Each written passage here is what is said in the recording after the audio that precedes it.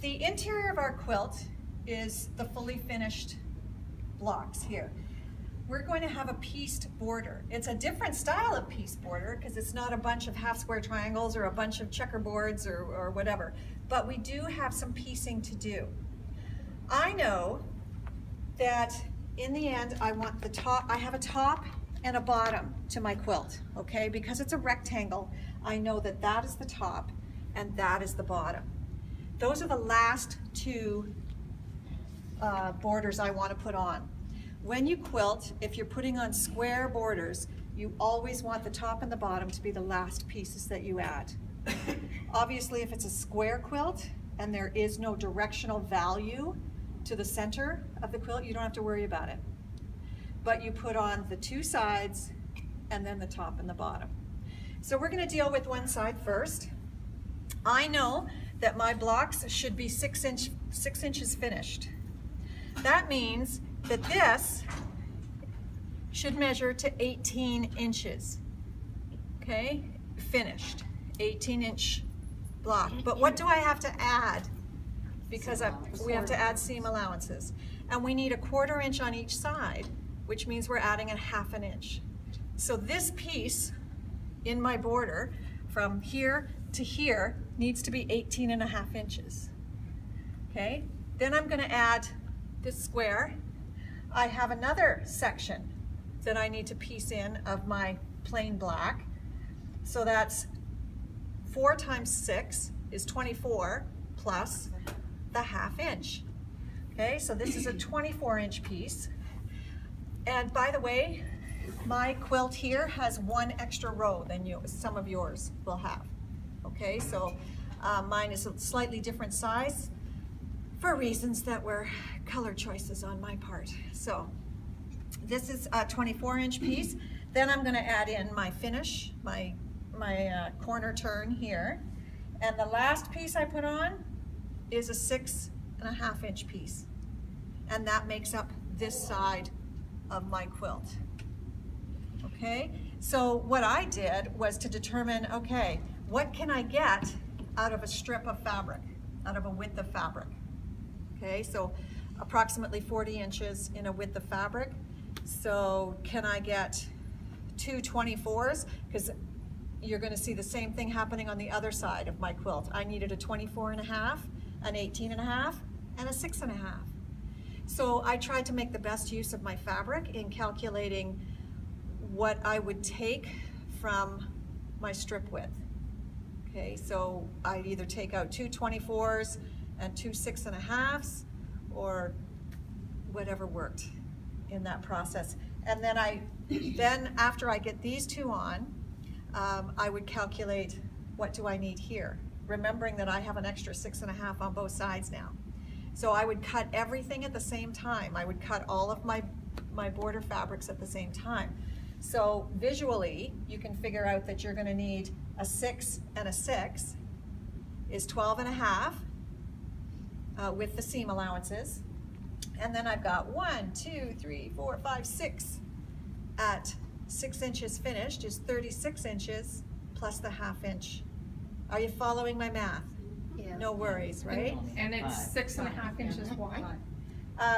Because our blocks are 6.5 inches wide, this needs to be cut 6.5 inches wide. And again, there are some that will be slightly different measurement because of your own. But when you're adding, like mine is 6 1/4, okay? Yeah. So the 1/4 is going to be smaller because I'm attaching that to that. Do you know what I'm saying? Would I still cut it at? You would still cut this at 6 6 1/4. Yeah, your width of your border is the same width as your Right, unit okay. that's going on there. So is the best way to do it is attach your border all at once and then add that side, don't add your Absolutely, pieces. okay, so Yeah. once you have all of your pieces cut, then you're gonna create your length here that's going to be added to your quilt, okay? So our first stage today is going to be to do that, okay? And we have some people with varying sized quilts. Some people added 1 row, 2 rows. Kathy added many rows. Donna has some added rows. So we all have our own measurements to work with. I want you to get through the cutting and the creating of your sides, top and bottom, before we then come back together and I will show you about how to attach this, because it relates to any border that you're going to do. You don't just slap these on, pin it down the length, and then go and sew.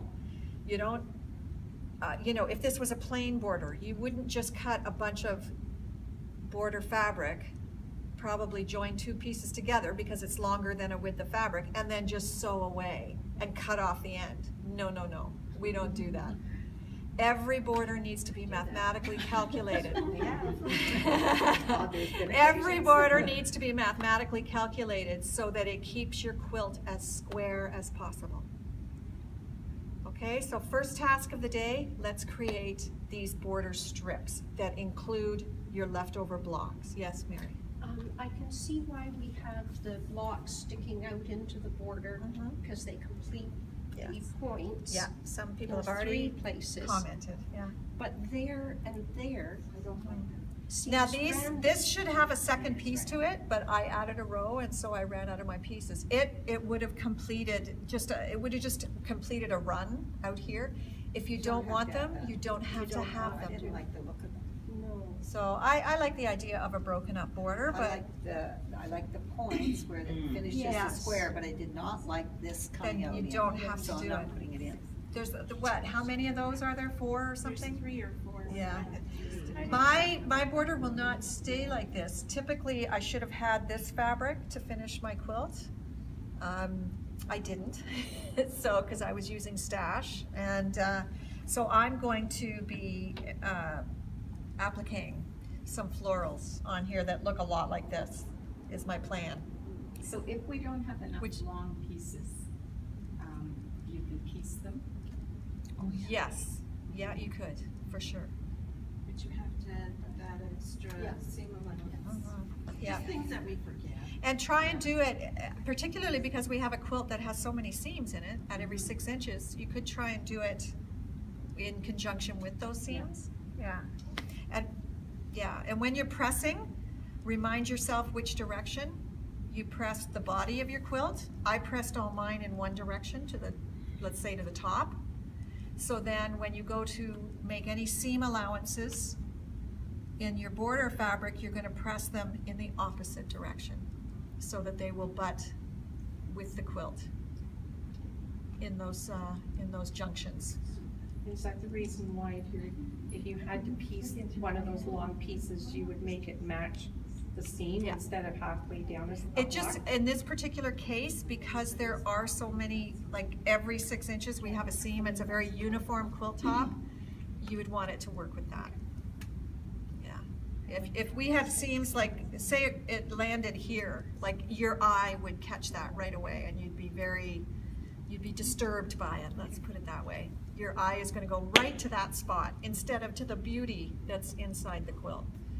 It's very strange how that happens. Our eyes like to point out our mistakes. Okay? All right, let's go make our borders.